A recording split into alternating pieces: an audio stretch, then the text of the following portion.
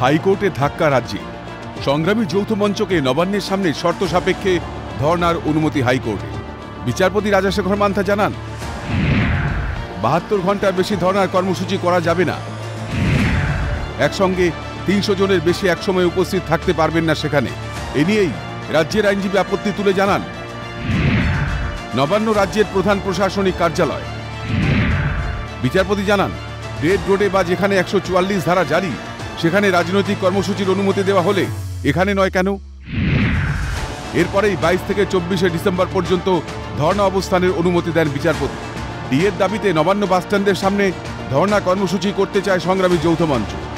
যদিও পুলিশি অনুমতি না মেলায় কলকাতা হাইকোর্টের দ্বারস্থ হন তারা, আর সেখানেই শর্ত সাপেক্ষে অবস্থান বিক্ষোভের অনুমতি দিয়েছে আদালত। বিচারপতির নির্দেশ, ট্রাফিক সচল রাখতে হবে পুলিশকে, বিক্ষোভকারীদেরও শান্তিপূর্ণ অবস্থান করতে হবে, কোনোভাবেই ট্রাফিকের সমস্যা করা যাবে না, এমনকি কোনোভাবেই শব্দ দূষণ করা যাবে না। আদালতে আবেদন করার পর পিছিয়ে গিয়েছিল মামলার শুনানি, সেই কারণে আজকে সেই মামলার বিচারপতি রাজাশেখর মান্থার এজলাসে হয় এবং বিচারপতি রাজাশেখর মান্থা নির্দেশ দেন, যেহেতু 19 থেকে 22 পর্যন্ত আবেদন তাদের ছিল, সেটা কম করে 72 ঘন্টা অর্থাৎ 22 তারিখ থেকে 24 তারিখ পর্যন্ত সেই ধর্নায় বসার অনুমোদন তিনি দিলেন। পাশাপাশি বললেন বেশি কিছু রুলস অ্যান্ড রেগুলেশন শর্ত সাপেক্ষে অনুমোদন দেওয়া হয়েছে। আমরা মামলা করেছিলাম নবান্ন বাস টার্মিনাসে টানা 4 দিন বসার জন্য।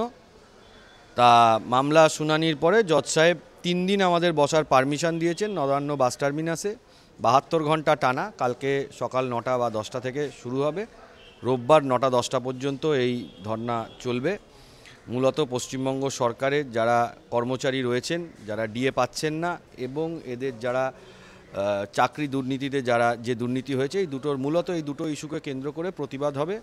এদিন আদালতে পুলিশের আইনজীবী অমিতেশ বন্দ্যোপাধ্যায় অবস্থান বিক্ষোভ কর্মসূচির বিরোধিতা করে বলেন, নবান্ন বাসস্ট্যান্ড অত্যধিক স্পর্শকাতর এলাকা, ব্যস্ততম রাস্তা, শিবপুর থানার মধ্যে পড়ে, একাধিক মানুষ সেখান দিয়ে যাতায়াত করেন, আর ওটা বাস স্ট্যান্ড নয়, ওটা বাস টার্মিনাস। 400 জন ব্যক্তি ওখানে থাকবে, কিভাবে আমরা সামলাবো? প্রত্যুত্তরে বিচারপতি রাজাশেখর মান্থার পর্যবেক্ষণ, ছুটির দিন লোক কম বেরোয়, পুলিশ ব্যবস্থা নিক। 1 লাখ স্কোয়ার ফুট জায়গা, আর আবেদনকারীরা তো মাত্র 20,000 স্কোয়ার ফুট চাইছে। তবে বাস টার্মিনাস যেন বন্ধ না হয়, ট্রাফিক সচল থাকতে হবে, বিক্ষোভকারীদের সেদিকে নজর রাখতে হবে। এরপরেই দিয়ে আবেদনকারীদের অবস্থানের অনুমতি দেন বিচারপতি। আদালতের নির্দেশে খুশি আন্দোলনকারী সরকারি কর্মচারীরা। যা কন্ডিশন দেবে সব কন্ডিশনে রাজি আছি, শুধু চাই যে এই জায়গাতে কর্মচারীদেরকে যেতে বাধ্য না করুক, যাতে করে তারা সরাসরি সরকারের বিরুদ্ধে নামেন। আমরা চাই যে সরকার বসে সমস্যার সমাধান করুক।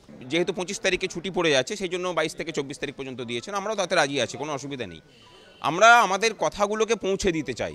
আমাদের কথা যে জানে না এই রাজ্যের শাসক সেটা নয়, কিন্তু সমস্যাটা হলো যে সেই কথার পরিপ্রেক্ষিতে ব্যবস্থা নেওয়ার মতো গণতান্ত্রিক মূল্যবোধটাই শাসক হারিয়ে ফেলেছে।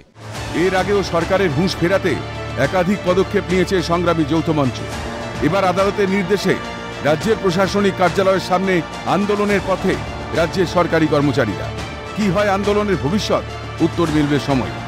ক্যামেরায় সন্দীপ পালের সঙ্গে অভিরূপ হাজরার রিপোর্ট, ক্যালকাটা নিউজ।